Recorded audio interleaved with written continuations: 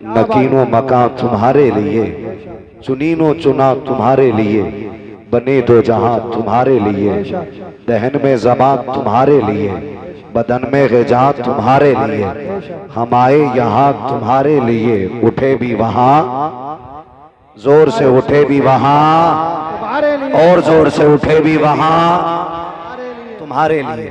कभी तो जलसे में इतनी जोर से आवाज खर्च कर लिया करो कि अगर गला बैठ जाए और सुबह कोई ये पूछ ले आपसे कि आवाज का क्या हुआ, तो कम से कम इशारे ही से सही ये तो कह के आ जाओ, आवाजों का नजराना मदीने वाले को दे के आ रहे। क्या बात है, सुभान अल्लाह। कम से कम इतना तो होना चाहिए। लेकिन बड़े अफसोस के साथ मैं एक बात कहूं, कहीं ना कहीं आज जो हम दरूद पढ़ने में कंजूसी करते या सुस्ती बरतते हैं, इसके जिम्मेदार भी हम ही लोग हैं। क्या बात। इसकी जिम्मेदारी आप आरएसएस को नहीं दे सकते, बजरंग दल को नहीं दे सकते, शिवसेना को नहीं दे सकते, किसी एक मखसूस जमात को नहीं दे सकते, किसी तंजीम को नहीं दे सकते। इसकी जिम्मेदारी मैं अगर दूंगा तो माँ बाप को दूंगा। बेशक, क्या बात। इसलिए कि बचपन से उन्होंने बच्चों को दुरूद का आदी नहीं बनाया। ये सबसे बड़ी कमी हमारी रही। हमारे घरों में पैदा होने वाला बच्चा किस्मत से मुसलमान होता है, मुकद्दर से हुजूर का आशिक हो जाता है, लेकिन नसीब यहां तक नहीं लाता कि वो हुजूर पे दुरूद पढ़ने का आदी भी हो जाए। क्यों? बहुत पहले एक बड़े साइंसदान ने एक तहकीक की थी कि इंसान जो बोलना सीखता है वो दाएं बाएं के लोगों से गुफ्तगू सुन के बोलना सीखता है। अगर किसी शख्स को पैदा होने के बाद किसी ऐसे मकान में बंद कर दिया जाए जहां किसी के बोलने की आवाज ना जाती हो, तो उसने कहा था अगर ये 100 साल का भी हो जाएगा तो गूंगा ही रहेगा। अगर 100 साल का भी हो जाएगा तो गूंगा रहेगा। बोले जरा, गूंगा रहेगा। 100 साल का भी हो जाएगा तो गूंगा ही रहेगा। यानी कि अगर वो बोलना चाहता है तो उसे अहले ज़बान में रहना पड़ेगा। ज़बान अच्छी करनी है तो अहले अदब में रहना पड़ेगा। अगर उसकी बोली अच्छी चाहते हो तो अच्छी ज़बान वालों के बीच में उसको रखो ताकि उसकी ज़बान अच्छी हो जाए। अब यही रुक के मैं एक बात कहना चाहता हूं, मैंने बिला वजह माँ बाप को इसका जिम्मेदार नहीं ठहराया। कहीं ना कहीं हमसे चूक हुई है। हमारे बच्चे घर में पैदा होने के बाद 5 के नोट को भी पसंद करने लग जाते हैं, 10 के नोट से भी प्यार उन्हें हो जाता है, 100 का नोट भी उन्हें प्यारा हो जाता है, क्योंकि वो माँ बाप को पैसे संभालते हुए देखते हैं। 1 रुपया अगर गिर जाए बाप तोड़ के उठाता है, बच्चा देख लेता है।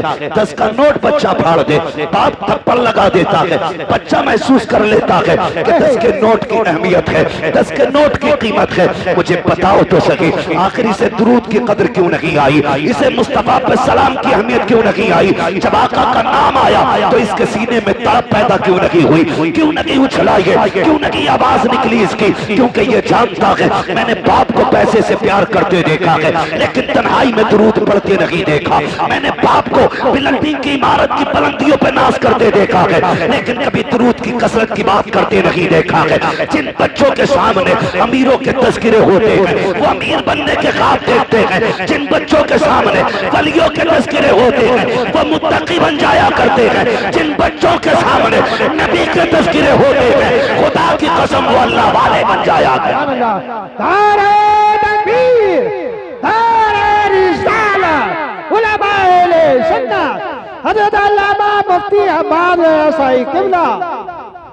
मुझे खुद बताओ, आज हर घर की कहानी है। घर के अंदर बंदे 5 है कारी साहब, तो मोबाइल 10 तो होंगे, 9 नहीं होंगे।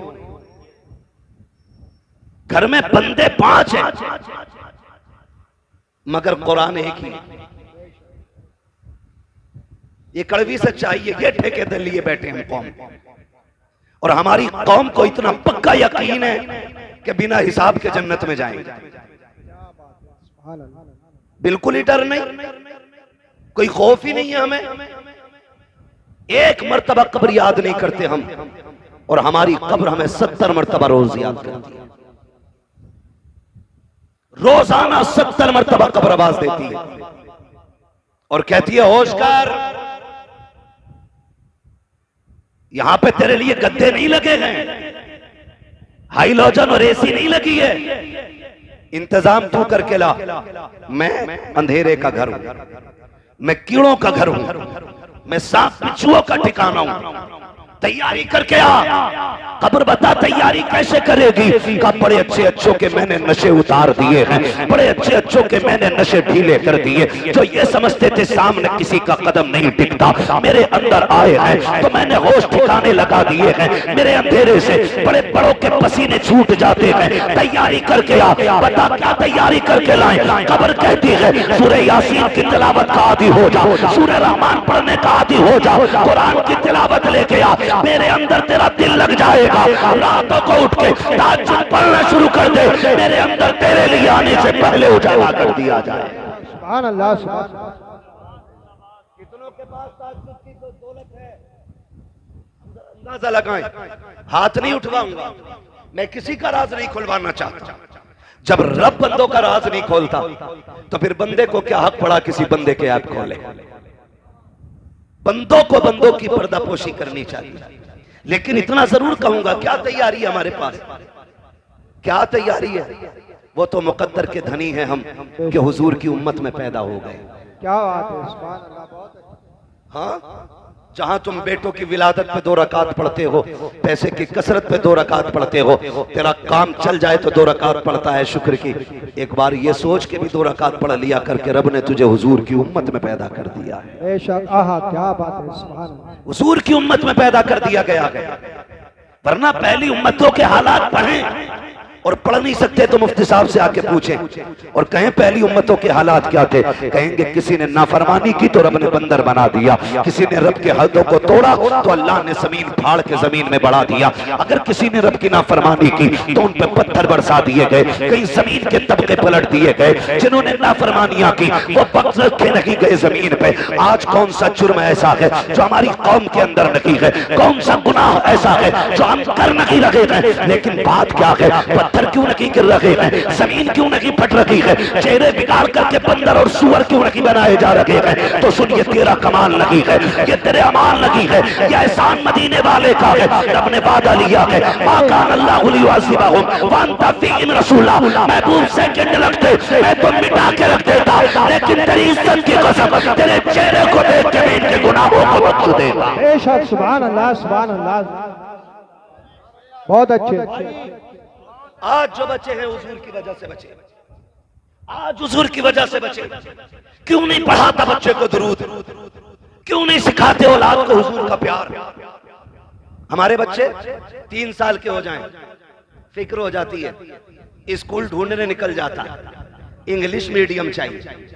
मौलाना फीस की फिक्र नहीं है, फीस की फिक्र नहीं है, 1 नंबर क्वालिटी होनी चाहिए स्कूल की।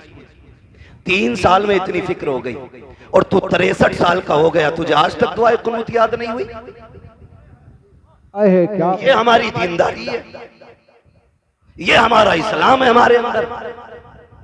हमारा 5 साल का बच्चा इंग्लिश में पोयम सुना लेता है, लेकिन 5 साल के बच्चे का जो बाप 35 साल का है उसे कुरान की 10 सूरतें नहीं आती। जी, ये कड़वी सच्चाई है। हमारी कौम का सारा फोकस अगर लगाए ना, सारा फोकस लगाए तो चमक दमक पे लगाए, ये सारी रखी रह जाएगी। यार तुमने छप्पर वालों के भी जनाजे देखे होंगे, बिल्डिंगों वालों के भी जनाजे देखे होंगे, बचना कोई नहीं है, मौत सबको आनी है।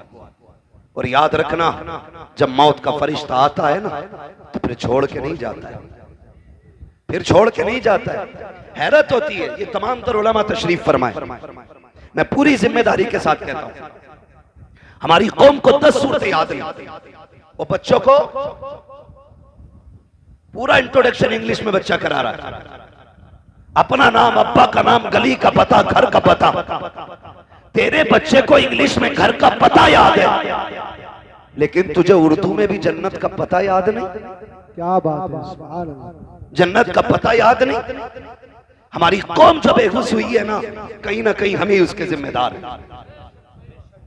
कोई उठ के 500 का नोट मुझे दे, मैं कहूंगा देखो ये जन्नती जा रहा है। 1000 रुपए दे दे तो टिकट दे दूंगा यही। इससे मतलब नहीं ये ब्याज का लेके आया कि सूद का क्या हराम, इससे कोई मतलब नहीं होता। मैं एक बात कहता हूं, बुरा ना मानिएगा, हम सिलसिले वाले लोग हैं, मुफ्ती साहब क़िबला सिलसिले वाले लोग हैं, लेकिन बात ही समझ में नहीं आती, पता ही नहीं चलता। पीर मुरीद बैठे हो दोनों, तो पता ही नहीं चलता इनमें मुरीद कौन है, इनमें पीर कौन है, पता ही नहीं चलता हज़रत, पता ही नहीं चलता। अगर कोई पीर से आके कहे मेरे घर चलें, तो उसकी तरफ अना इनसे पूछ लो, इन्होंने बुलाया इनसे पूछ लो, भाई पीर ये है कि तू है।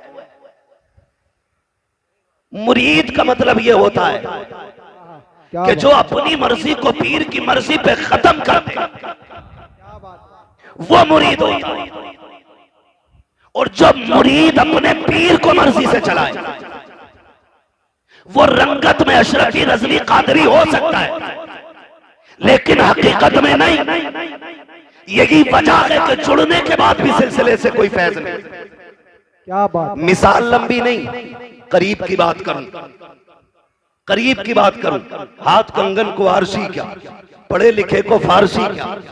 रामपुर आपके करीब है, हाफिज शाह जमालुल्लाह भी यहीं के हैं, हाफिज शाह दरगाही भी यहीं के हैं।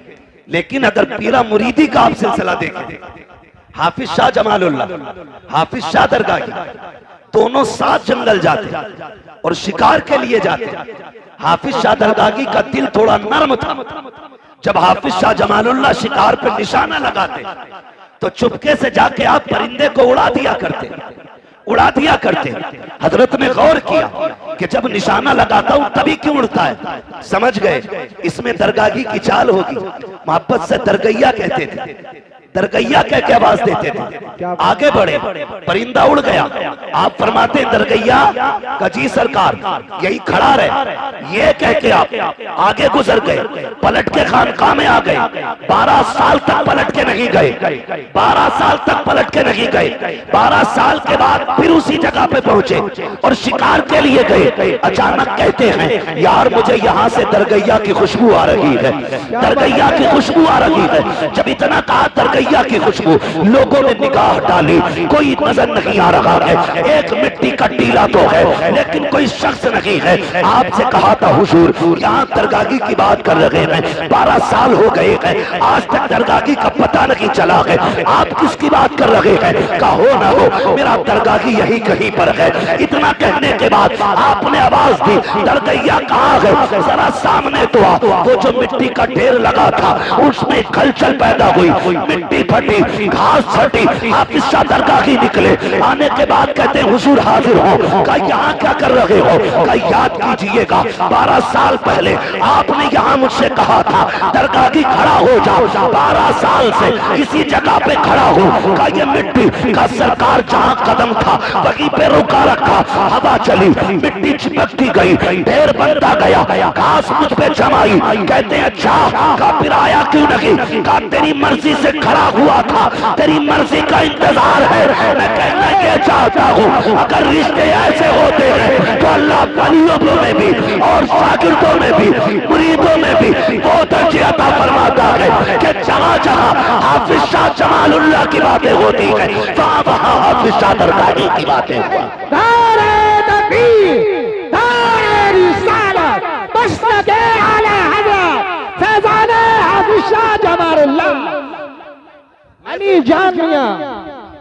मैं तो एक बात कहता हूं आपसे और सीधी सी बात,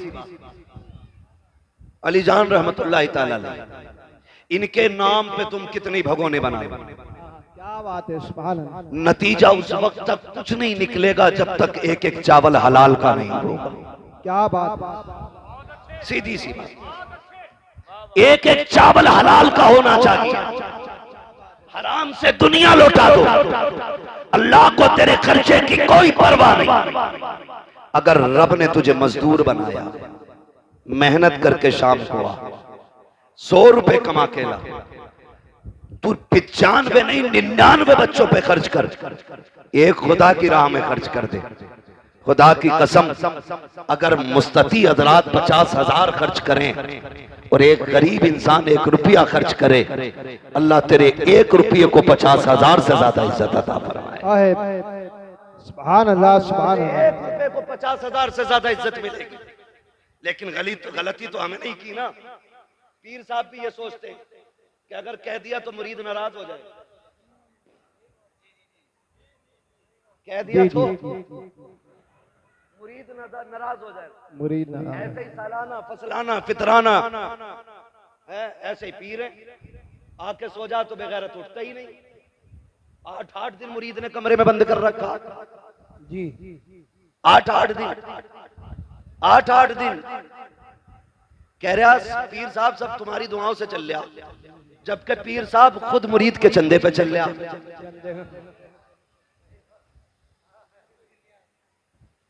मसला है कोई यार, ये कोई समझ में आने वाली बात है। सिर्फ लेने वाले को पीर नहीं कहा जाता, देने वाले को पीर कहा जाता। बेशक, सुभान अल्लाह। देने वाले।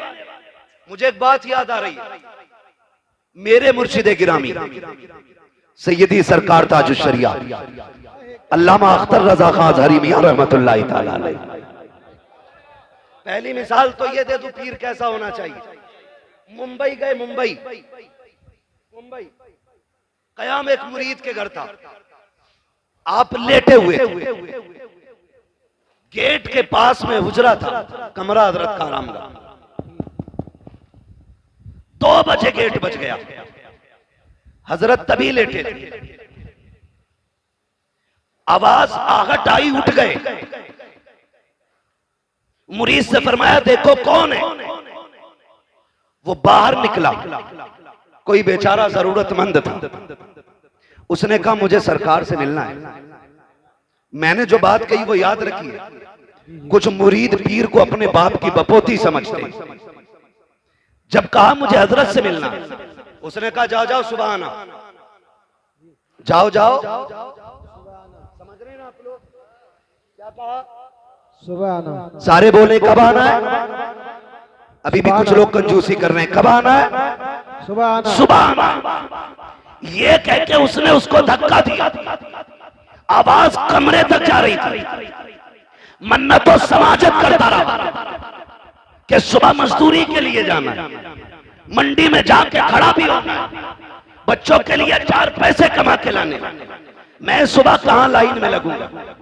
मैं अब तक इंतजार करता रहा, भीड़ कम होगी तब हजरत से मुलाकात करूंगा, मेहरबानी करो हजरत तक मेरी बात पहुंचा दो। उसने कहा नहीं हजरत अभी अभी लेटे हैं। धक्का दिया, दरवाजा बंद कर दिया। लेकिन जब ये हजरत के सामने बात है, ये दूर से महसूस फरमा रहे हैं, कान तक आवाज आ रही है। जब वो अंदर आए उसको धक्का देके क्या देखते हैं? हजरत ने सामान उठा रखा है, बगल में दबा रखा है। उसने कहा हुजूर ये क्या? कहा मुझे तेरे घर नहीं रुकना है। कहा चाहते हैं? कहा स्टेशन छोड़ने चल, मुझे अभी बरेली जाना है। कहा हुजूर गलती क्या हो गई? कहा तूने नहीं सुना, वो बेचारा कितनी समाजत कर रहा था, मिलने के लिए आया, तूने धक्का दे दिया। कहते सुन, जिसके सीने में उम्मत की परवाह नहीं है, अख्तर रजा को उसके घर की भी परवाह नहीं है। क्या बात है, जिंदाबाद जिंदाबाद, बहुत अच्छे। तो भाई इसे पीर कहते हैं, इसे पीर कहते हैं।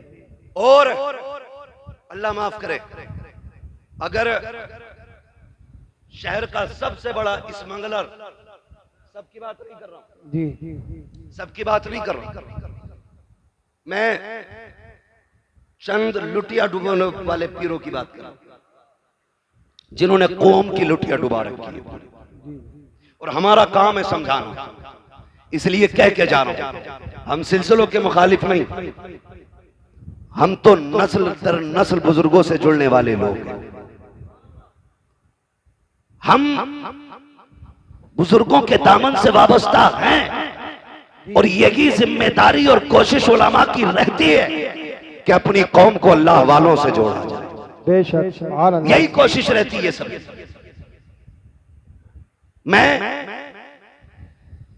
अगर शहर में सबसे बड़ा स्मगलर है और पीर साहब से गहरे ताल्लुकात, ताल्लुक। तो एक बार भी हजरत ये नहीं कह सकते कि भाई ये काम बंद कर दे, क्योंकि वो रूठ जाएगा,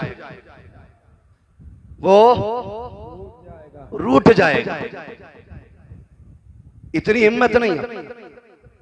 मैं तो दावे के साथ कहता हूं, अगर हर पीर अपने मुरीद से गलत कामों को छोड़ने की सख्ती से ताकीद कर दे और ये कह दे तेरे घर का पानी तब पीऊंगा जब तू ब्याज लेना बंद कर देगा, जब तू रिश्वत का बाजार ठंडा कर देगा तब मैं तेरे घर पानी पीऊंगा, मेरा ईमान कहता है भले बच्चों को चटनी से पाले, अपने बच्चों को हराम के लुक़मे नहीं खिलाएगा वो बंदा। क्या बात है, सुभान अल्लाह, सुभान अल्लाह। लेकिन इस पे सख्ती नहीं। बस मैं आपसे चंद बातें करना चाहता हूं, बहुत गौर से मेरी बात सुनिए। भाई हल्का इको कम कर दीजिए, पीछे वाले लोग कह रहे हैं कि आवाज साफ नहीं आ रही। तवज्जो है सारे लोगों की, वैसे मेरे हिसाब से तो बहुत अच्छी आवाज है, तवज्जो है सारे लोगों की ना। हम अपने बच्चों को क्या सिखाते हैं? दौलत का भी एक नशा है जिसका खुमार शराब से ज्यादा होता है, ये याद रखना। दौलत का भी अपना नशा है, इसका खुमार शराब से ज्यादा होता है। अगर इसकी लत किसी को लग जाए ना तो फिर बेड़े गरक कर देती है, नस्लें फिर बचा नहीं करती, फिर बेड़े गरक हो जाया करते हैं। हम जानते हैं, हमारे घर में बच्चा पैदा हो, हमें 3 साल से इंग्लिश मीडियम की फिक्र और पूरा घर उसकी नौकरी में लग जाता है। वक्त पे जूते, वक्त पे ड्रेस, वक्त पे किताबें, वक्त पे टिफिन, सारी चीजें तैयार होती हैं, सारी चीजें। उसके बावजूद भी अगर बच्चे की तरफ से कोई कमी हो जाती है तो माँ बाप उल्टे बच्चे से निहोरे करते हैं, उसी को राजी करने की कोशिश करते हैं। आपसे एक बात कहूं, हमारे बच्चे स्कूल जाते हैं कि नहीं? जाना चाहिए, मैं तालीम का मुखालिफ नहीं, पढ़ें और आगे बढ़ें। इस दौर में वो तरक्की करेगा जिसके हाथ में कलम होगा। क्या बात है। जिसके हाथ में कलम नहीं उसे भीख भी नहीं मिलनी है, क्योंकि अब तो भिखारी भी QR कोड लिए घूम रहे हैं। मिल गया रोड पे भाई 2 महीने का टूटा नहीं है, उसने जेब से निकाला, मशीन थी पूरी, बोलने वाली बटन दबा के बोला लो इस पे कर दो। मैं उसका मुंह देख रहा, मैंने भाई दिए जितने देने थे वो खटाक से उसकी मशीन बोली, इतने रुपए प्राप्त हुए। मैंने कहा फकीर भी इतने आगे बढ़ गए, मेरी कौम अभी कितनी पीछे पड़ी है। पढ़ें और आगे बढ़ें। भीख भी पढ़े लिखे लोगों को मिल रही है। लेकिन आपसे मैं एक बात कहूं, हम अपने बच्चों को स्कूल भेजते हैं, बोलो कै बजे उठ जाते हैं? कितने बजे उठ जाते हैं? माँ और बाप या माँ बहन ये तकरीबन 4 से 5 बजे तक बेदार हो जाते हैं। क्यों? बच्चे को स्कूल जाना है, इसलिए 4 बजे उठ जाते हैं माँ बाप। और 4 बजे उठने के बाद माँ नाश्ता टिफिन सारा तैयार करती है, बहन बस्ता तैयार करती है, बैग तैयार करने के बाद बच्चे को वक्त पे उठा करके स्कूल भेजा जाता है। जो माँ 4 बजे उठ करके अपने बच्चे को वक्त पे स्कूल भेज सकती है, वो अजान सुनने के बाद अपने बच्चे को मस्जिद क्यों नहीं भेज सकती? इसलिए 4 बजे उठ जाते हो कि अगर टाइम पे बच्चा नहीं गया तो टीचर नाराज हो जाएगा, इसलिए शहर में उठ जाया करो। अगर बच्चे को मस्जिद में भेजा खुदा नाराज हो जाएगा, असर में बच्चा नहीं गया खुदा नाराज हो जाएगा, मगरिब में बच्चा ना गया खुदा नाराज हो जाएगा, ईशा में बच्चा ना गया खुदा नाराज हो जाएगा। दावे के साथ कहता हूँ 5 वक्त 10 साल तक तुम बच्चे को मस्जिद भेजो, खुदा की कसम पूरा मुआशरा तुम्हें 5 वक्त मस्जिद में सजदे करते नजर आने लग जाए। ये माँ बाप की सबसे बड़ी गलती रही कि उन्होंने बच्चों को मस्जिद नहीं भेजा। अगली बात सुने, कितना अजीब दौर है। मोबाइल मोबाइल सब पे बड़े बड़े, किसी पे जरूरत है, किसी पे बिला जरूरत है। ऐसे ही है ना। अब तो हाल ये हो गया। मैं कहता हूं कि हम वो खुशनसीब लोग थे कारी साहब जिन्हें मां की गोद मिल गई। हम रोते थे तो हमें मां गोद से लगाती, सीने से लगाती थी। आज बच्चा रोता है तो माएं सीने से नहीं लगाती, माएं सीने से नहीं लगाती। बच्चा रोया, मां ने गुनगुना बजाया, बहुत छोटा है तो वो ये सोचता है ये क्या दे दिया। थोड़ा समझदार है तो वो ये सोचता है ये क्या बज रहा है। और समझदार होता तो वो ये सोचता कैसे बज रहा है। ये फिक्र बच्चे की रहती है। मैं हर बाप से और हर मां से गुजारिश करूंगा, खुदारा जब बच्चे बचपन में रोया करें ना, इन्हें मोबाइल ना दिया करो। इन्हें तुम्हारे सीने की ठंडक की जरूरत होती है, इन्हें कलेजे से लगा के प्यार दिया करो। वरना याद रखिए, आज ये कमजोर है, इनको तुम्हारे सीने की जरूरत है, तुम इन्हें गोद नहीं ले रहे हो। कल जब तुम कमजोर हो जाओगे तुमको इनकी जरूरत होगी। आज तुमने मोबाइल थमाया है, कल ये तुम्हारे हाथ में मोबाइल थमा के कहेंगे हमें वक्त नहीं है, लो मोबाइल से वक्त गुजारो। खुदा की कसम, जब रीढ़ की हड्डी दर्द करेगी तो मोबाइल दर्द नहीं बांटेगा। जब पिंडलियां टूटेंगी तो मोबाइल से दर्द कम नहीं होगा। जब जबान लड़खड़ाने लग जाएगी तो मोबाइल तेरी तर्जमानी नहीं करेगा। जब तू ऊंचा सुनने लग जाएगा मोबाइल तेरे काम नहीं आएगा। आज अपना वक्त बच्चों को दे दो ताकि बुढ़ापे में कह सको हमने तुम्हें सीने से लगा के पाला था, आज तुम सीने से लगा के हमें पालो। अगर मोबाइल दोगे, सीने से नहीं लगाओगे तो बच्चों का हक मान लगे हो। और दूसरा नुकसान ये होता है, जिन बच्चों को गाने सुना के पाला जाता है वो डांसर तो हो सकते हैं, शराबी भी हो सकते हैं, जुआरी भी हो सकते हैं, अय्याश भी हो सकते हैं, बदमाश भी हो सकते हैं, मुस्तफा के गुलाम नहीं हो सकते हैं, गुलाम नहीं हो सकते हैं। क्योंकि मैंने पहले कहा था जैसे माशरे में बच्चा रहता है वैसा बोला करता है। मैं कहूंगा जब बच्चे रोया करें मोबाइल ना दो, उन्हें सीने से लगाओ और उन्हें लोरिया दो कि मोहम्मद से वफा तूने तो हम तेरे हैं, ये जगह चीज है क्या लोहो कलम तेरे। नारे तकबीर, नारे रिसालत, उलमाए अहले सुन्नत, मुफ्ती हम्माद रज़ा साहिब किबला और से अली जान मियां कॉन्फ्रेंस। नारे तकबीर, नारे रिसालत। बहुत लंबी बात हो जाएगी बेटे, मेरे जहन में जो है मुझे वही बात करने दे। अल्लाह जज़ाए खैर दे, फरमाइश ना करें मेरे भाई, मुझे चंद बातें जो जरूरी करनी है वो कर जाने दीजिए। अल्लाह आपको सलामत रखे, आपकी मोहब्बतों को सलामत रखे। तवज्जो है, चलूं आगे।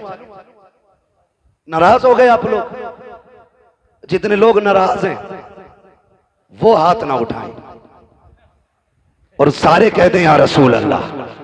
अब भी लोग कशमकश में हैं, समझ नहीं पाए जुमला। बहरहाल मेरा कोई मसला नहीं, मेरा कोई मसला नहीं, बस मैं आपसे इतना कहता हूं, हम जब बच्चा हमारा सुबह तैयार हो जाता है, कभी कभार ऐसा होता है बच्चा पहले उठ जाता है और नाश्ते में थोड़ी बहुत देर हो जाती है कि नहीं, तो बच्चा कहता है अब क्या करूं, तो अम्मी मोबाइल दे देती है। तो टेबल पे बैठ, ये चला गेम खेल, पबजी खेल। और कौन सा गेम चल रहा है? कौन डूब गई। स्टेशन पे अकेला शोर मचा रहा था, अकेला ही कह रहा मार मार मार। मैं डर गया, मैंने कहा मसला क्या है। देखा तो कान में लीड लगा के चीख रहा। पागल हो गए हम लोग।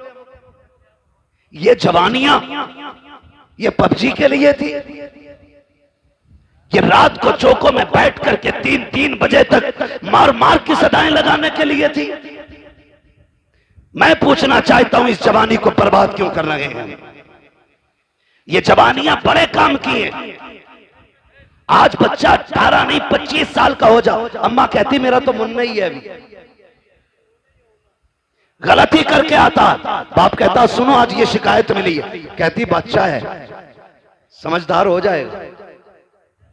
और कई लोग तो इतने गैर मुनासिब मशवरे देते हैं, अल्लाह उनके मशवरों को मुकम्मल कर दे। कहते हैं जो ना समझो उसकी शादी कर दो, कि जब कंधे पे जुआ आएगा तो खुद सीधा चलेगा। पता ये चलता मुफ्ती साहब अपना तो बेड़ा गर्क था ही था, दूसरे की बेटी का भी बेड़ा गर्क कर दिया। ये सही कह रहा हूं। कई लोगों की जिंदगी बर्बाद हो गई अधूरे मशवरों की बुनियाद पर।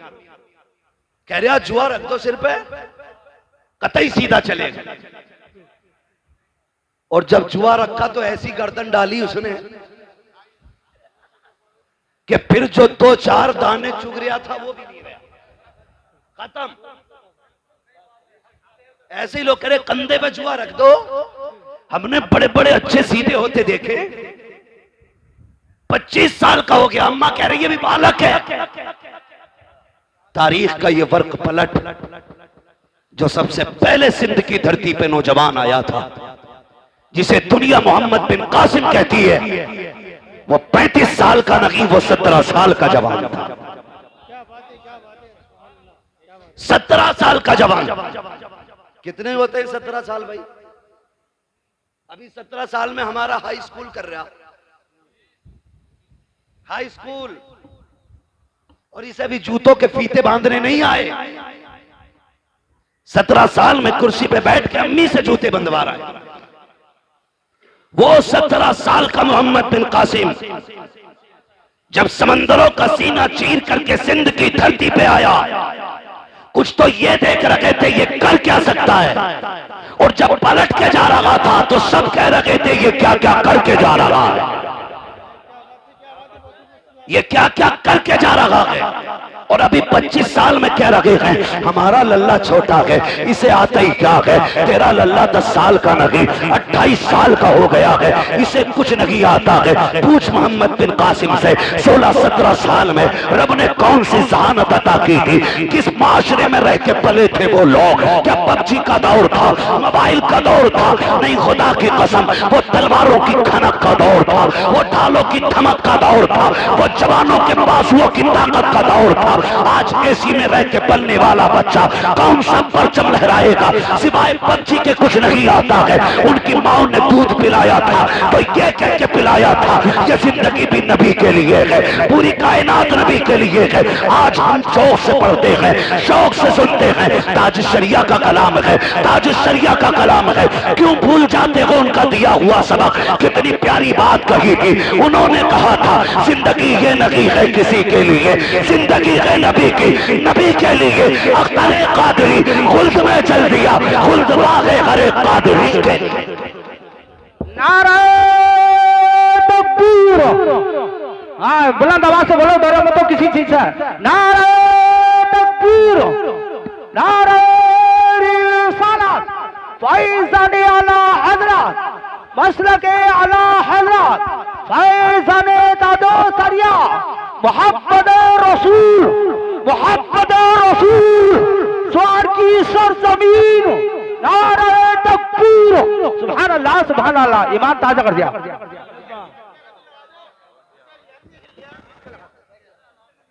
चलें आगे, जरा कह दें या रसूल अल्लाह। हमने क्या पढ़ाया बच्चों को, हमने क्या पढ़ाया? ताजुल शरिया ने भी बेदार किया, आला हजरत ने भी बेदार किया। आला हजरत से चिढ़ने की जरूरत नहीं, उन्हें पढ़ने की जरूरत है। उन्हें कारी साहब पढ़ने की जरूरत है, बिला वजह में दूर दूर से चिढ़ते। आला हजरत ने कहा था सूना जंगल रात अंधेरी, छाई बदली काली है, सोने वालों जागते रहियो, चोरों की रखवाली है। कितनी बड़ी बात कह गए, सोने वालों जागते रहियो, सोने वालों जागते रहियो, चोरों की रखवाली है। मैं आपसे कहना चाहता हूं क्या तैयारी हमने की है? सारे नौजवान बैठे, सारे नौजवान बैठे, इतना कमजोर कोई नहीं है जो रोजाना सलातुत तस्बीह ना पढ़ सके। पढ़ सकता है नहीं हर नौजवान? अगर सीख ले तरीका, हर नौजवान एक मर्तबा रात में सलातुत तस्बीह पढ़ सकता है। इतने मजबूत लोग हैं, इतने मजबूत लोग हैं। लेकिन नहीं, ये मजबूती ताकत की नहीं होनी चाहिए। और जिस्म की ताकत से भी उतना काम नहीं बनता जितना रब की रहमत से काम बना करता है। रब की रहमत से जितनों ने गर्दने मैदान जंग में कटाई, हर परवरिश के पीछे एक जियाली मां का हाथ है। पढ़ लो सारी तारीख। अलीजान बाबा की महफिल में बैठे हो, ये भी किसी पारसा मां का लाल होगा जिसकी रियासतें और इबादतें इतनी बुलंद हुई कि अल्लाह ने इसको विलायत का दर्जा अता किया। क्या बात है, क्या बात है, बहुत खूब। अगर माएं दीनदार होती हैं तो औलाद नेक हो जाती, लेकिन अगर माएं दीन के नाम पे बुज़दिल हो तो फिर औलादों में शेरे खुदा पैदा नहीं होते। ये याद रखिए, औलादों में फिर बहादुर पैदा नहीं होते। इसलिए माओं का बहादुर होना जरूरी है, और बहादुरी से मतलब है माओं का दीनदार होना जरूरी है। जो किचन में मोबाइल बजा के आटा गूंद रही है, उस रोटी को खाने वाला फजर में उठेगा? नहीं उठेगा। बताओ यार, उठेगा? अगर मां बिना दुपट्टे के खाना बना दे तो फिर उस रोटी को खाने वाले के दिल में दुरूद का जज्बा पैदा होगा? नहीं हो सकता। अगर चाहते हो तेरे लुकमे के अंदर इबादत का नूर पैदा हो तो फिर माँ से कह के कनीज़े फातिमा ज़हरा बन, बहन से कह के कनीज़े फातिमा ज़हरा बन। जाओ जाकर के बेटियों को बताओ कि रोटियां बनाया करो तो सर से दुपट्टे नहीं उतरने चाहिए। आज घरों में ऐश के साथ रहने के बावजूद हमारी घर की बेटियों के सरों पे दुपट्टे नहीं रखे, हया का चादर उनके सर से उतर चुकी है। आज मैं आपसे कहना चाहता हूँ, दुनिया फिलिस्तीन के लिए रो रही है, लेकिन मैं ये कहता हूँ जितनी बहादुर माएं फिलिस्तीन की जमीन ने पैदा की है, आज तक कोई जमीन पैदा नहीं कर रही है। उनके हौसलों को सलाम, उनकी जुर्रतों को सलाम, उनकी बंदगी को सलाम, रब से मोहब्बत को सलाम। एक बेटी का इंटरव्यू आया, उससे पूछा गया था हर वक्त नकाब में क्यों नजर आती हो? उसने कहा था तुम सफर की बात करते हो, हम तो बिस्तर पे भी लेटते हैं, तो नकाब पहन के लेटा करते हैं। का नकाब पहन के क्यों लेटती हो? किसी ने सोचा था कि शायद यह जवाब देगी कि कब भागना पड़ जाए इसलिए नकाब पहन के लेटते हैं, लेकिन उसके जवाब ने पूरी दुनिया को झंझोड़ के रख दिया था। बच्ची ने कहा था कि हमारी जमीन पे बमबारी हो रही है, कब जाने कहां जाने किस जगह बम गिर जाए और छत गिर जाए, कब उसके नीचे मलबे में दब के मर जाए। हम नकाब इसलिए पहनते हैं अगर किसी छत के नीचे हम दम दब के मर जाए और लोग लाशें निकालने आए तो हमारे जिस्म के ऊपर नकाब का पहरा होना चाहिए ताकि किसी की नजर हमारे बदन पे ना पड़ने पाए।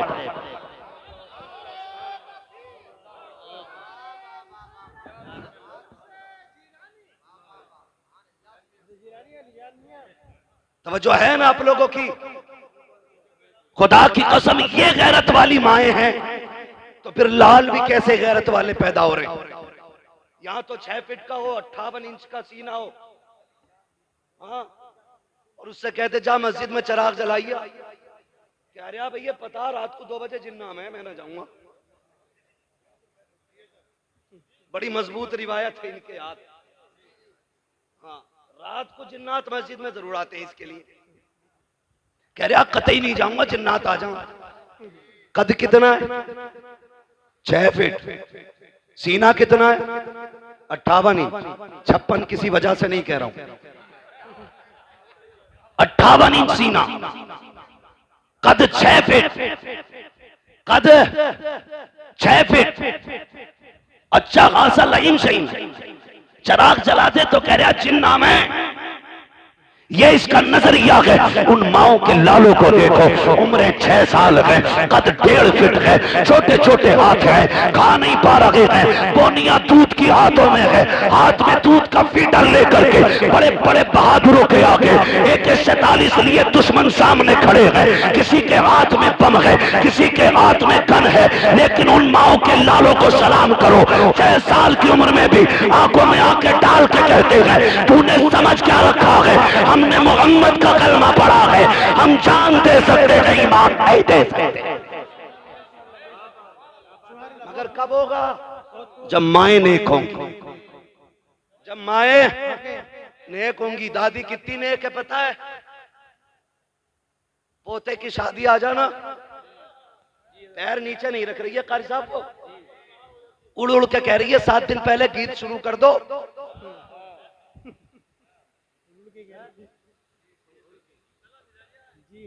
कह रही है गीत शुरू कर दो, कब करोगे?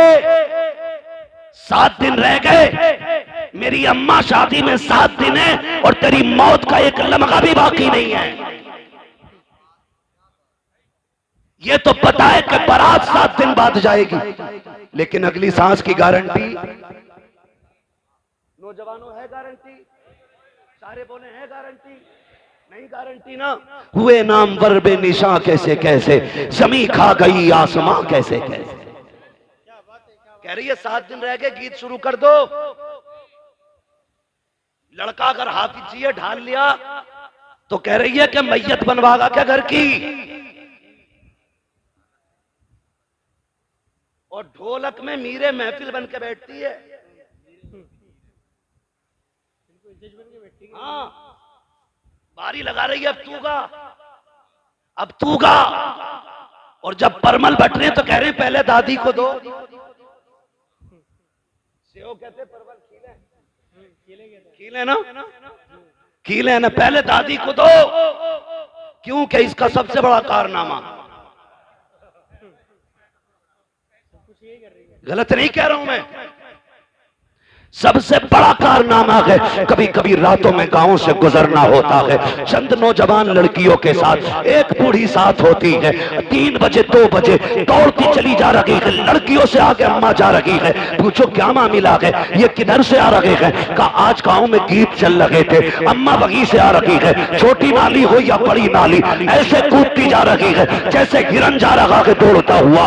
ये जो दौड़ के जा रही है, अगर इस अम्मा से कहो कि चल उठ के मुसल्ले पे नमाज पढ़ ले, गैरत कहती घुटने काम नहीं कर रहे हैं। कुरान पढ़ ले, कहती है टिपता नहीं है मुझे। रात के अंधेरे में बिना चराग के तुझे नालियां टिप जाती है। दौड़ करके आधा किलोमीटर तू कीले लेने चली जाती है। वो गैरत कर, तूने मदीने वाले का कलमा पढ़ा है। कहावत ये है कि मुंह में दांत नहीं, पेट में आग नहीं, मरने का वक्त आ गया है। एक पैर छिलके पर है, दूसरा कब्र में है, कर जाने मौत का पैगाम आ जाए। ए मेरी माँ मुसल्ला बिछा ले, रब को मना ले, पूरी जिंदगी गुनाह किए गए, आज रो के रब को दिखा दे। खुदा की कसम कब्रिस्तान में जा, दफन हो जा, रब को राजी करके जा। अगर बत्ती की जरूरत नहीं है, तेरी कब्र से मुझको अंबर की खुशबू आनी शुरू हो जाए। टाइम कम है, मेरा वक्त हो चला है, मैं बहुत कम वक्त में पूरी बात कर लूं अपनी। तवज्जो है सारे लोगों की? ये है दीनदारी हमारी, ये है दीनदारी। और अल्लाह सलामत रखे इन उलमा को। ये हर शादी पे लड़ते हैं किसी ना किसी से, कभी मेहर को लेकर लड़ जाते हैं, कभी निकाह पढ़ाने के पैसे को लेकर लड़ जाते हैं। इनकी गलती यह है कि ये 5000 मांग लेते हैं और ये शराफत से 5000 मांगते हैं। हमारी कौम उसे देती है 50,000 जो नंगा हो के ढोलक बजाने आता है। बुरा मत मानिएगा, ये कड़वी सच्चाई है। डीजे वाले को 20 दे दें, अगर पैसे वाला तो कह रहा तो नाचने वाली भी लाना। महफिल में रंग आना चाहिए, रंग। इतनी लठियां चलेंगी मरने के बाद कि सारे रंग तेरे कब्र में नजर आएंगे।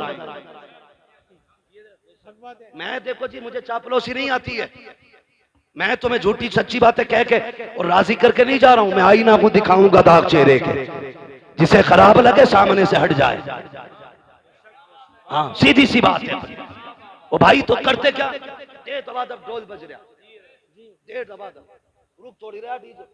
पहले देखो हो क्या गया, पानी बिल्कुल मर गया, गैरत का बचा ही नहीं, आंखों के हया का पानी खत्म हो गया। पहले जब बेटियां रुखसत होती थी ना, ये सफेद बालों वाले लोग ना मेरी बात की तस्दीक करेंगे अगर याद रहा होगा इन्हें तो, वरना इस जमाने ने क्या क्या भुला दिया है। जब बेटियां रुखसत होती थी 8 दिन पहले बाप रोना शुरू कर देता था। 3 दिन से मां खाना नहीं खाती थी, भाइयों की आंखें सुर्ख रहती थी रोते रोते। बाप कभी खेत में बैठ के रो रहा है, कभी बैठक बंद करके रो रहा है, कभी रात के सन्नाटे में मुंह पे कपड़ा डाल के रो रहा है। कोई कहता था क्यों रो रहा है? कहता था जिसे 22 साल सीने से लगा के पाला, आज वो बेटी जाने वाली है जो मुझे आते जाते टोका करती थी। आज मेरी लख्ते जिगर जाने वाली है यार, मैं इसलिए रो रहा हूं। कल मेरी बेटी चली जाएगी, 1000 मेहमान होंगे, आंगन खाली नजर आएगा, उसके बगैर घर उजड़ा उजड़ा नजर आएगा। ये सोचकर बाप 8 दिन से रोया करता था। जरा याद करो आज की बेगैरती को, और याद करो उन लोगों की कुर्बानियों को। जब बेटी की रुखसती के 5 दिन या 8 दिन रहते थे, बाप रोज तहज्जुद पढ़ने मस्जिद जाता था और मुसल्ला बिछा के इतना रोता था कि उसकी सिसकियां मस्जिद के बाहर तक सुनाई देती थी। लोग पूछते थे यार क्या मांगता है, खाने का भी इंतजाम हो गया, सारा जहेज आ गया है, अब क्यों रो रहा है? वो कहता था जो मेरे बस का है मैंने कर दिया है, अब जो रब की मर्जी पे है वो मांगने गया था। कहा क्या मांगने गया? कहा मैं रो के कह रहा था मालिक इसने 22 साल 25 साल 18 साल मेरे घर गुजारे, अल्लाह मैंने चटनी से भी खिलाई तो इज्जत से खिलाई थी, रूखी रोटी भी खिलाई तो बेटी को इज्जत से बैठा के खिलाया था, अब गैरों के हवेली जा रही है, रब से ये कहने गया था ए मेरे मालिक पहले मेरी बेटी को सोने के लुक़मे ना मिले, चटनी के लुक़मे दे देना, मगर मेरी बेटी को इज्जत के लुक़मे अता फरमा देना। मैं रो के बेटी के लिए इज्जत के लुक़मे मांगता रहा। आज मैं पूछना चाहता हूँ कल बेटी रुखसत होने वाली होती है और बेगैरत भाई डीजे बजाता है, जश्न मनाता है, क्यों गैरत मर चुकी है, बगैर रुखसत हो रही है, या मुसीबत को सर से डाल रहे हो इसलिए जश्न मना रहे हो। यही वजह है कि बहनों के घर भी बर्बाद रहते हैं और उनके मैके भी बर्बाद रहते हैं। अगर ये चाहते हो कि बहन बेटियों के मैकों में आबादी रखे तो गाने ना बजा, डीजे ना बजा, मुसल्ले बिछा, रो के दिखा, रब को आवाज दे। खुदा की कसम जिसने दुनिया बनाई है वो तेरी बेटी के मुकद्दर को फिर से बना भी सकता है। सवार शर्म आनी चाहिए हमारी। फिलिस्तीन में बम गिरते रहे, मेरी कौम डीजे पे नाचती रही, बच्चों के हाथ पैर कटते रहे, मेरी कौम डीजे पे नाचती रही। कौन सा मुंह दिखाएंगे हम हुजूर को? मुझे भी तो बताओ ना। अगर किसी फिलिस्तीनी ने आका की कलाई पकड़ के ये कह दिया ना हुजूर हम तो पानी पानी को तरस रखे थे और ये शराब के नशे में डूबे हुए थे, खुदा की कसम कोई बचाने वाला नसीब नहीं होगा, कोई नहीं होगा बचाने वाला नसीब।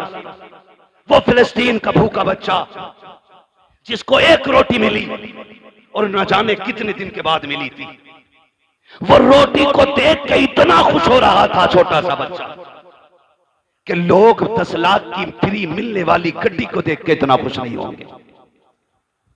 किस कमाल की उसकी भूख थी कि वो 1 रोटी के लिए इतना उछल उछल के मुस्कुरा रहा था, हंस रहा था, कभी चूमता था कभी सीने से लगाता था। क्या भूख थी उसकी। अब मुझे रुक के जरा बताओ, फिलिस्तीन के लोग तो 1-1 रोटी को तरस जाएं, 1-1 घूंट पानी को तरस जाएं, और मेरी कौम बारातों में जाकर के गैर के फ्री के खाने को डोंगों के डोंगे टेबल के नीचे फेंके। कौन से मुंह से हुजूर का सामना करोगे? किस मुंह से कब्र में जाके आका से कहोगे कि प्यास लगी है या शफाअत चाहिए? ओ भाई याद रखो मेरे इमाम ने कहा था आज ले उनकी पनाह, आज मदद मांग उनसे, कल न मानेंगे कयामत में आकर मान गया।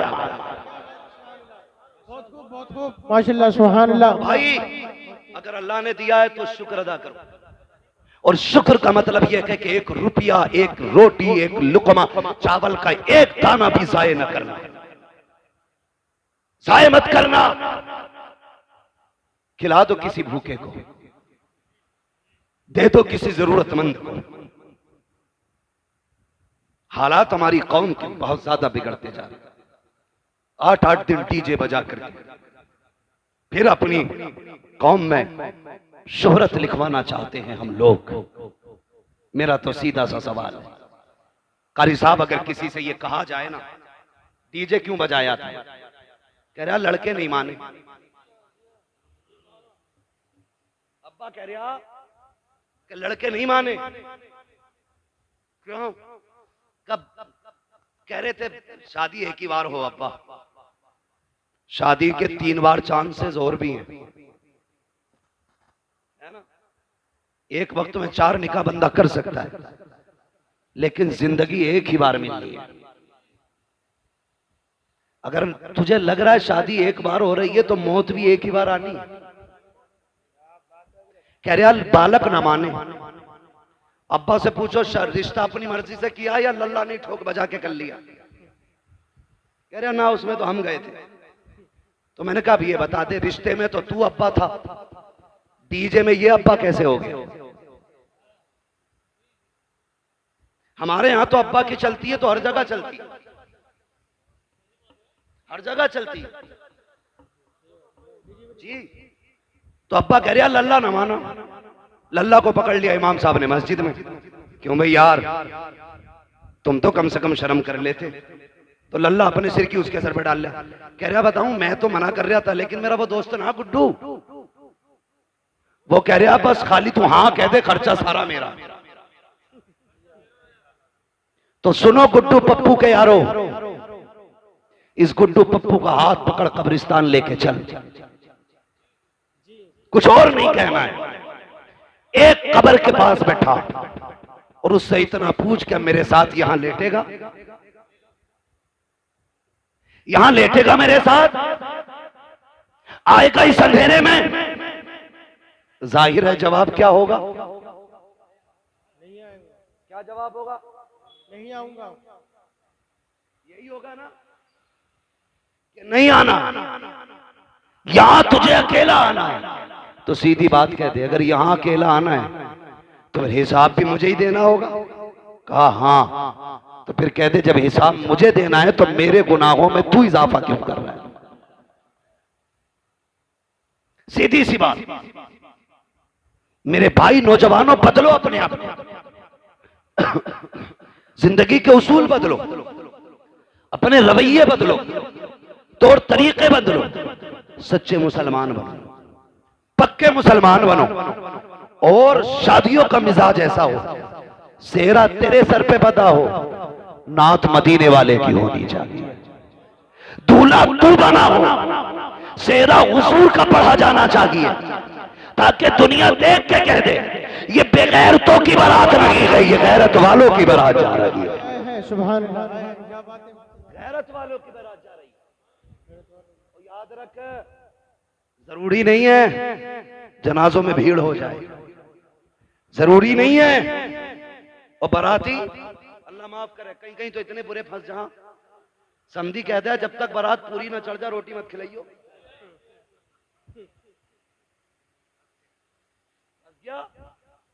40 किलोमीटर चल के गया था बाइक से, अब वहां दूल्हा के साथ फैलना है, तो पैर ऐसे उठ रहे हैं कि इधर एक उधर, गिरते पड़ते दूल्हा के साथ टहलना। घूम लिया और जब निकाह का टाइम आया तो 5 लोग बचे। कितने? 5 लोग बोल सकते हैं कि नहीं? कितने?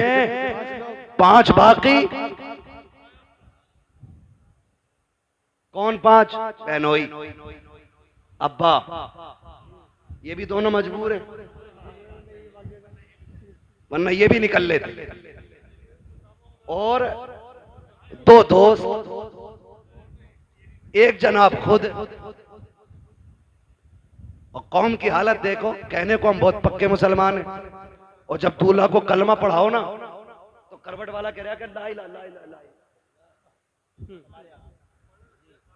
इलाहा, कह रहा ला इलाहा, तो इसे ला इलाहा कहने में मुसीबत आ रही है। इल्लल्लाह पे जाके इसकी सांसें टूटती है। करवट वाला कह रहा इल्लल्लाह, आरे मार रहा हो, किसी को भी कह रहा है इल्लल्लाह, वो भी रूठ जाता। और कई तो बैठे इसलिए रहते हैं कि यार इसे तरह इमाम साहब के साथ कलमे कहलवा देंगे वरना फंस जाएगा। हमारी कौम को कलमे तक याद नहीं है, और तीजे में मस्जिद में पहुंच जाए तो चनों के ढेर, जी हक बात है, दबा दब गिरा रहा, जरा सी देर में चने खत्म। ओ भाई, मुसलमान बनो, मुसलमान, किरदार अच्छे करो, अखलाक अच्छे करो, अखलाक, हुजूर के दिए हुए पैगामात याद रखो। तारीख में बहुत बड़ा नाम सलाहुद्दीन अय्यूबी का है। कौन सलाहुद्दीन अय्यूबी? ये वो है कि जब बैतुल मुकद्दस मुल्क शाम में काफिरों का कब्जा हुआ और मुसलमानों का कत्लेआम किया गया, 70,000 एक दिन में मुसलमान काटे गए, सड़कों पे खून का आलम यह था कि घोड़ों के पैर फिसल लगे थे चलते हुए। इतना खून फिलिस्तीन में बहा था मुसलमानों का। उसी दिन से इस जवान ने अकेले खड़े होकर कहत किया था, आज जो 70,000 काटे गए हैं, जब तक इनका बदला ना ले लिया जाएगा उस वक्त तक चैन से नहीं बैठना। और तारीख गवाह के अकेला उठा, रब ने मदद की। फिर इसने फलस्तीन के दरवाजे पे जाकर बैतुल मुकद्दस के दरवाजे को खटखटाया। पादरी खड़े हो गए आगे आके। आज सलाहुद्दीन अय्यूबी फातेह बन के खड़ा है। पादरियों की गर्दनें झुकी हैं, हिसाब लगा रहे थे, हमने इनके 6 माह के न छोड़े, बेटों के बच्चे कत्ल किए, औरतें बच्चों पे तलवारें चलाई गई, जवान नौमर मारे गए, ये तो आज एक को ढूंढ ढूंढ के कत्ल करेंगे। सारे लोगों की गर्दनें झुकी हुई थी, सब सलाहुद्दीन अय्यूबी का चेहरा देख रहे थे। आपने कहा था, सलाहुद्दीन अय्यूबी कहते हैं, कहो पादरी आज क्या लग रहा है तुमको, तुमने मेरे मुस्तफा की 70,000 उम्मत को बेदर्दी के साथ काटा था, आज क्या होना चाहिए? सबकी गर्दनें झुक गई। आज हमारी बर्बादी का दिन है, आज बदले का दिन है, आज हमें मौत नजर आ रही है। सलाहुद्दीन अय्यूबी की आंख में आंसू आ जाते हैं, आंखें बरस जाती हैं। कहते हैं जालिमो तुम क्या जानो, इस्लाम क्या है और मुसलमान क्या है। आज तुम्हें बदला नहीं लिया जाएगा। आज मैं वो करूंगा जो फतह मक्का के दिन मेरे नबी ने दुश्मनों के साथ किया था। कहा क्या करोगे? उन्होंने बेटी के कातिल को माफ किया था, मैं बैतुल मुकद्दस के कातिलों को माफ कर रहा हूं। तारीख गवाह है, खुदा की कसम। जैसी सलाहुद्दीन अय्यूबी ने इतना कहा कि मैं फतेह मक्का की तारीख दोहराऊंगा, मेरे नबी ने कहा था अंतुम मुत्तलका, आज सब आजाद हो जाओ। मैं भी कहता हूं आज तुम सब आजाद हो। जैसे इतनी बात कही ना, तुम सब आजाद हो, तो चीखें निकल गई लोगों की। पादरियां कदमों में आ गए, घुटनों के बल तो पड़े थे, खड़े होकर के कहते हैं सिर्फ रहने की इजाजत की बात नहीं है, सिर्फ कब्जे की बात नहीं है। सलाहुद्दीन हाथ बढ़ाइए, कलमा पढ़ाइए। कहा क्यों? कहा समझ गए हैं अगर एक सलाहुद्दीन अय्यूबी का किरदार ऐसा है तो मदीने वाले मुस्तफा का किरदार कैसा रहा हो। सुभान अल्लाह, क्या बात है भाई, क्या बात है। उसमें भी फरमाने मुस्तफा पे अमल सलाहुद्दीन अय्यूबी का देखे। तन्हा उठे, चंद लोगों के साथ उठे, फिर फौज बन गई। मैं अकेला ही चला था जानिबे मंजिल, मगर लोग साथ आते गए और कारवां बनता गया। ये कंडीशन हुई। उसमें भी एक कबीला, एक मोहल्ला ऐसा था जो इस्लाम नहीं लाया। सलाहुद्दीन अय्यूबी से जंग हुई। जंग के बाद फातेह बन के बैठा है सलाहुद्दीन अय्यूबी। क्या बन के? आज तो मिंबर या जीत जाए ना, कह रहा देखूं ऐसा गली वाले को। यही बात है भाई, कोई बैठा हो तो बुरा ना मान लो, ये पूरे हिंदुस्तान की कंडीशन। कह रहा बस जीतन दो। मेरी पतंग थी, इसने इमली का स्टिकर लगाया, देख लूंगा इसे। जबकि 5 साल के लिए बना। तो इतना गुरूर है, इतना घमंड है। सलाहुद्दीन अय्यूबी जिसने बैतुल मुकद्दस फतह किया, जिसने बैतुल मुकद्दस पे ला इलाहा इल्लल्लाह का परचम लहराया, वो एक कबीले पे हमला करता है। यानी कि हमला अपनी तरफ से नहीं, उस कबीले की फौज आई, आमने सामने टकराव हुआ। जब फातेह हुए सलाहुद्दीन अय्यूबी, एक खातून दौड़ती हुई आई। उसने कहा सलाहुद्दीन तू तो फातेह है ना, तूने कब्जा किया हमारी बस्ती पे। कहा क्या बात है? कहा मेरे 4 बच्चे, इस जंग की भागम भाग में ना मेरे बच्चे गायब हो गए। अपनी फौज से कह के ढूंढ के लाए। इतना सुना, जुब्बा संभाला, साफा अमामा सर पे रखा, तलवार लटकाई, घोड़े पे बैठने लगे। खातून ने कहा तू किधर चला? कहने लगे मां तेरे बच्चे ढूंढ के लाने। औरत मुसलमान नहीं थी, कलमा पढ़ने वाली नहीं थी। कहा मां तेरे बच्चे ढूंढ के लाने। ये कह के घोड़े को निकाला, चले गए। सुबह से शाम हो गई, बस्तियां छान डाली, गलियां छान डाली, चलते चलते थक जाते हैं, जंगलों को छान डाला, एक दरख्त के नीचे पहुंचे। शाम के वक्त में 4 बच्चों को सहमे हुए पाया, डरे बच्चों को लिया, अपनी सवारी पर बैठाया, अपने खेमे में आए। माँ बैठी हुई थी, कहा माँ बता यही तेरे बच्चे है कि नहीं?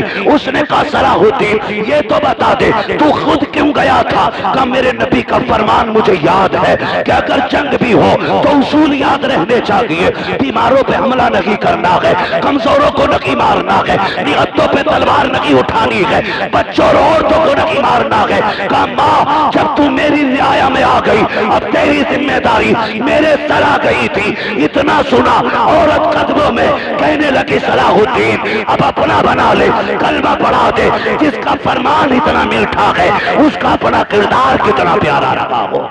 सुभान अल्लाह, सुभान अल्लाह। वो अंधेरा ही भला था कि कदम राह पे थे, रोशनी लाई है मंजिल से बहुत दूर हमें। नौजवानों आज भी हम अल्लाह के वली हो सकते हैं, लेकिन शर्त यह कि किसी ने इमाम गजाली से कहा था दुआएं कब मकबूल होती हैं, तो आपने 2 बातें कही थी। इन दोनों बातों को याद रखना और पल्ले बांध लेना। बता दूं, इमाम गजाली से किसी ने कहा दुआ कब और कैसे मकबूल होती है? फरमाने लगे 2 काम कर लो दुआएं कबूल होने लग जाएंगी। कहा क्या? कहने लगे जब भी बोलना सच बोलना और जब भी खाना हलाल खाना। झूठ छोड़ दो, हराम खाना छोड़ दो, फिर हाथ उठने में देर होगी, अल्लाह कबूलियत में देर नहीं फरमाएगा। करेंगे इंशाअल्लाह ऐसा, हलाल रोजी खाएंगे इंशाअल्लाह। ऐसा बंदा जो सूद ब्याज या हराम का बिजनेस करके रोटी खिला रहा है उसके दरवाजे का पानी भी मत पीना, पानी भी मत पीना। कारी साहब दमिश्क की जामा मस्जिद के दरवाजे पे एक छोटा सा बच्चा जूतियां नमाजियों की साइड करता था, आधे जूते इधर कर देता था, आधे जूते इधर कर देता था। एक दिन जब लोगों ने उसको रोका और पूछा ये क्या करता है, ये क्या करता है? आधी जूती इधर कर देता, आधी इधर कर देता है। उसने कहा मैं बांट देता हूं। छोटा बच्चा था 8-9 साल का। कहा क्या बांट देता है? उसने कहा मैं नेक लोगों के जूते अलग कर देता हूं, गुनाहगारों के जूते अलग कर देता हूं। उम्र कितनी? 8-9 साल उम्र का बच्चा। समझ कितनी? जूते देख के बता देता है कि ये जन्नती का जूता है या जहन्नमी का जूता है। जी बिल्कुल। जूते अलग का क्या करता है? का मैं जूते बांट देता हूं। किधर? का जो ये दाहिनी तरफ होते हैं ये जन्नतियों के जूते होते हैं, और जो बाईं तरफ होते ये गुनाहगारों के जूते होते। लोग कहने लगे इसमें इतनी समझ कहां से आ गई? एक शख्स खड़ा था, कहा आज की रात इसे मेरा मेहमान बना दो,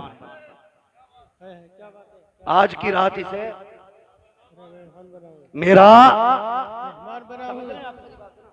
अभी आप देखेंगे पीरे तरीकत रहबरे राहे शरीयत शहजादे आला हजरत, हाँ हुजूर हसन मियां साहिब क़िबला दामज़िल्लहुल आली, सज्जादा नशीन खानकाह रज़विया बरेली शरीफ, आप देखेंगे आला हजरत के बेटे का चेहरा। मैं भी कभी कभी देखता हूं तो सोचता हूं, मैं सोचता हूं अगर नस्लों में इतना हुस्न है तो आला हजरत पे कितना हुस्न रहा होगा। आप देखेंगे उनके बेटे का चेहरा, शराफत, परहेजगारी, दीनदारी, हक्कानियत सारी देखने को मिलेंगी भी आप। और जब वो आ जाए ना उस वक्त मुझे कहना ना पड़े, पहले बतौर मशवरा कह दे रहा हूं आपसे, जो किसी से मुरीद ना हो ना आला हजरत के बेटे के हाथ में हाथ दे देना। आला हजरत के बेटे के हाथ में हाथ दे देना, क्योंकि आला हजरत ने कहा था तुझसे दर, दर से सग, सग से मुझको निस्बत, मेरी गर्दन में भी है दूर का डोरा तेरा, मेरी गर्दन में भी है दूर का और जब ये डोरा होना है तो फिर इस निशानी के जो सग हैं नहीं मारे जाते। हश्र तक मेरे गले में रहे पट्टा तेरा, हश्र तक मेरे गले में रहे पट्टा तेरा। बच्चों को भी डाल देना उनके कदमों में, जवान भी पड़ जाना उनके कदमों में, इसलिए कि जब किसी से बैत हो जाता है ना तो फिर सिलसिले की बरकतें मिलना शुरू हो जाती है। तो देखेंगे आप एक अच्छी नस्ल का अच्छा शहजादा आने वाला है। वो इसलिए अच्छे नहीं महज के वो खान साहब है, वो इसलिए महज अच्छे नहीं क्योंकि वो काबुली पठान है, वो इसलिए सबसे अच्छे हैं क्योंकि वो शहजादा इमाम अहमद रजा खान है, इसलिए अच्छे हैं। उनको देखेंगे आप, बैठे रहिएगा इंशाल्लाह आने वाले। बस मैं बात समेटने लगा हूं, मेरे बाद महफिल की कार्रवाई जारी रहेगी। कहा कि ये बच्चा आधे जूते इधर कर देता, आधे इधर, इसमें ये फिरासत कहां से आई? तो एक ने कहा कि आज इसे मेरा मेहमान बना दो। ले गया वो, अगले दिन बच्चे को लाके वहीं छोड़ दिया। अब जब बच्चा जूते उठा रहा है तो अब जूते समझ में नहीं आ रहे बच्चे के।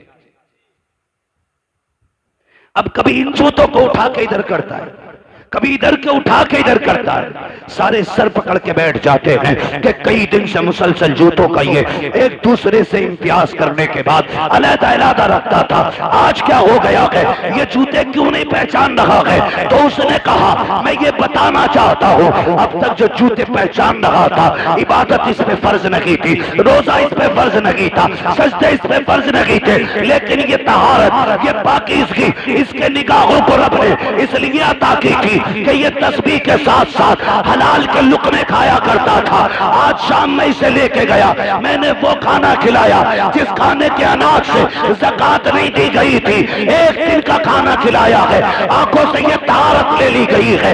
एक दिन अगर खा ले आंखों से बसीरत चली जाती है। और मेरे भाई अगर एक दिन के खाने से नूर चला जाता है तो रोज खाने से ईमान का हाल क्या होगा?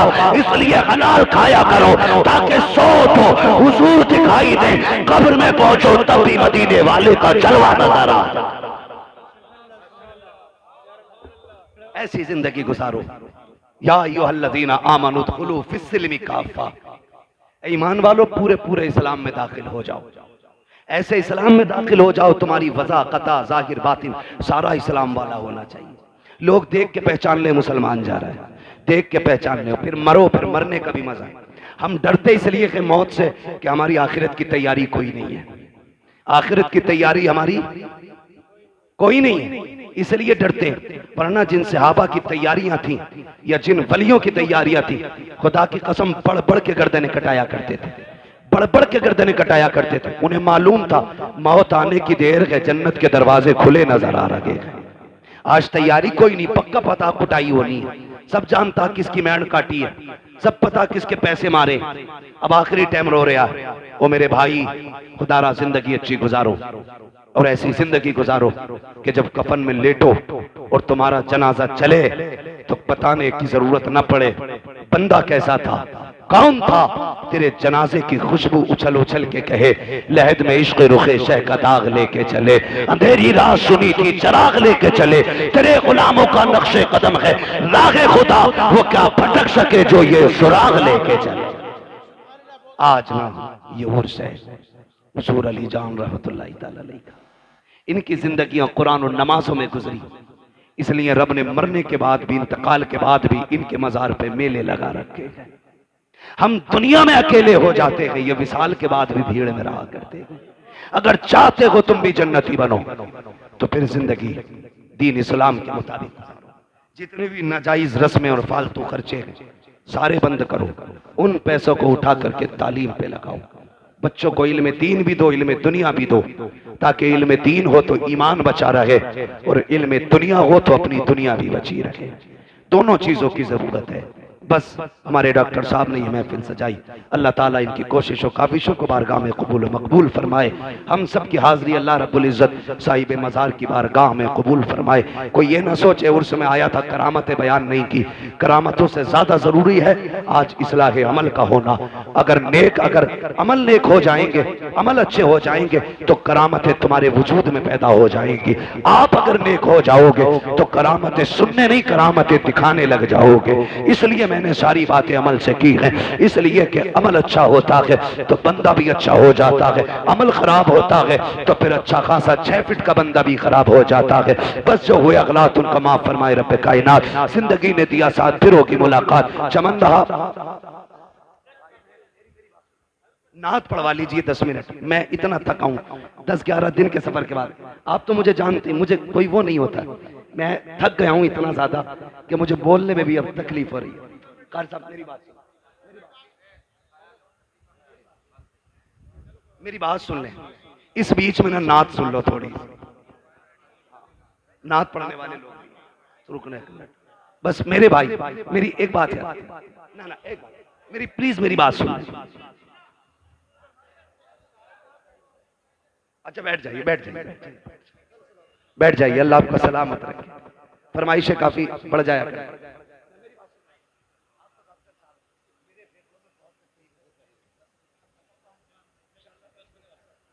मैं बस फरमाइश नौजवानों की शजरा सुन पढ़ दिया जाए, ठीक है। इंशाल्लाह अगर वक्त बचेगा उसके बाद अदद के आने में ना तो फिर नात खानी भी हो जानी है। किसी का मौका लग जाएगा, बहुत सारे उलमा बैठे हैं, ठीक है। इंशाल्लाह किसी ना किसी से फिर हुजूर के 2-4 नात के शेर सुन लेंगे। अभी तंग ना करें जरा, सारे कह दें या रसूल अल्लाह। देखिए अभी आप इतने इसरार से शजरे को कह रहे थे और सुनने के लिए ऐसा लग रहा है कि आप सो रहे हैं। अगर वाकई सुनना चाहते हैं तो सारे जरा बोलें सुभान अल्लाह।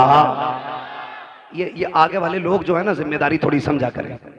हाँ, डिस्प्ले अच्छी होती है तो माल अच्छा लगता है, और डिस्प्ले खराब हो ना तो फिर कंपनियां ही भाग जाती हैं। तो जो सामने बैठे ज्यादा जिम्मेदारी आपकी, और अल्लाह का शुक्र है सारे ही जवान बैठे। और अगर माँ ने इस नियत से दूध पिलाया है ना कि बेटे जिंदगी हुजूर के लिए है, तो फिर कोई बंदा खामोश नहीं रहेगा। जब मैं हाथ का इशारा करूं तो आपको क्या बोलना है? बहुत कम दूध पिया है भाई, जोर से बोले जरा सुभान अल्लाह, सुभान अल्लाह, और जोर से। देखो मैंने आपसे बीच में नहीं कहलवाया, क्यों? हालांकि अच्छी बात है, कहते रहो, नेकी मिलती है। मैंने इसलिए भी नहीं कहलवाया कि मुझे गैरत आती है सुभान अल्लाह कहने के लिए भी प्रेशर डाला जाए। अल्लाह की तस्बीह हर बंदे को बयान करनी चाहिए। पत्थर, कंकर, कीड़े मकोड़े सारे बयान करते, हम क्यों नहीं करते? करनी चाहिए कि नहीं? तस्बीह बयान करते रहना चाहिए। जरा बोल दें सुभान अल्लाह। अब एक बात सुन ले, जब मेरा हाथ उठेगा ना, मैं पहले बता दूं इसलिए कहलवा रहा हूं अब आपसे, क्योंकि जब मैं थक जाऊंगा, लंबी सांस लेनी होगी, तब मैं आपको हाथ का इशारा करूंगा। आप सुभान अल्लाह कहोगे, उसी सुभान अल्लाह की भीड़ में मुझे सांस लेने का मौका मिल जाएगा। सच्ची बात है। आप सुभान अल्लाह कहोगे, नेकियां मिलेंगी, अल्लाह राजी होगा तो फिर मुझे भी मिल जाएंगी।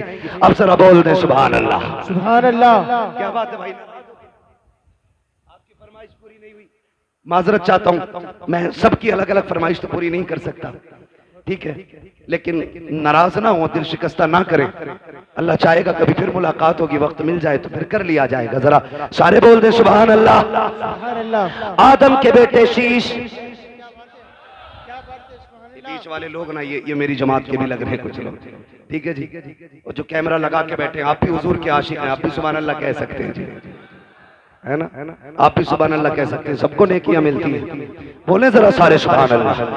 आदम के बेटे शीश, शीश के बेटे यानस, यानस के बेटे कैनान, कैनान के बेटे महलाइल, महलाइल के बेटे ब्यारत, ब्यारत के बेटे इदरीस, इदरीस के बेटे मुतवश्शिक, मुतवश्शिक के बेटे लबकने के नाम, लबकने के नाम के बेटे नूह, नूह के बेटे शाम, शाम के बेटे जुल्हाल, जुल्हाल के बेटे शाले, शाले के बेटे आबिर, आबिर के बेटे दाता, दादा के बेटे रावा, रावा के बेटे सारू, सारू के बेटे नाखुन, नाखुन के बेटे तारिक, तारिक के बेटे इब्राहिम खलीलुल्लाह, इब्राहिम खलीलुल्लाह के बेटे इस्माइल ज़बीहुल्लाह। इस्माइल सबीहुल्लाह के बेटे केदार, केदार के बेटे वाम, वाम के बेटे अमल, अमल के बेटे साबित, साबित के बेटे सलमान, सलमान के बेटे रईसा, रईसा के बेटे इलियासा, इलियासा के बेटे उदो के बेटे हवा, हवा के बेटे अदनान, अदनान के बेटे मोहित, मोहित के बेटे नदान, नदान के बेटे मुदर, मुदर के बेटे इलियास, इलियास के बेटे मुदरिका, मुदरिका के बेटे खतीमा, खतीमा के बेटे किनाना, किनाना के बेटे नजर, नजर के बेटे मालिक, मालिक के बेटे फार, फार के बेटे खालिद, खालिद के बेटे लुई, लुई के बेटे काब, काब के बेटे मुर्रा, मुर्रा के बेटे किलाब, किलाब के बेटे कोसई, कोसई के बेटे अब्दे मनाफ, अब्दे मनाफ के बेटे हाशिम है, हाशिम के बेटे अब्दुल मुत्तलिब है, अब्दुल मुत्तलिब के बेटे अब्दुल्लाह है, अब्दुल्लाह के बेटे मुहम्मदुर रसूलुल्लाह।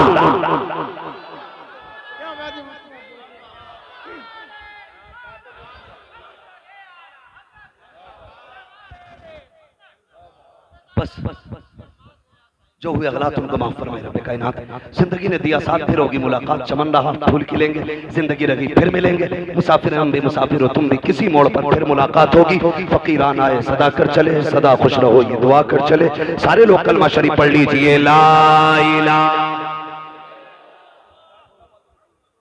वादा करें कि 10-15 मिनट बैठ के हमें आला हज़रत के बेटे का इंतजार करना है। उनका इंतजार इसलिए भी करेंगे क्योंकि उनके जद्दे अमजद ने कहा था, एक मेरा ही रहमत में दावा नहीं, शाह की सारी उम्मत पे लाखों सलाम। और हम हर सलाम में पढ़ते हैं, डाल दी कल्ब में अजमत मुस्तफा सैयदी आला हजरत पे। ये मैं समझता हूं कि ये लोग इतनी आसानी से आते नहीं है।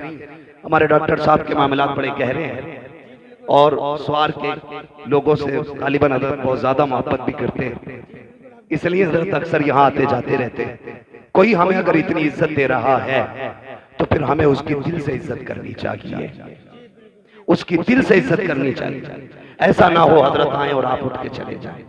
कोई बात नहीं, अगर आज आधा घंटा लेट जाग लेंगे, सो लेंगे तो क्या हो गया, यही सोच लेंगे रात का आधा घंटा हमने आला हजरत के बेटों के नाम किया था।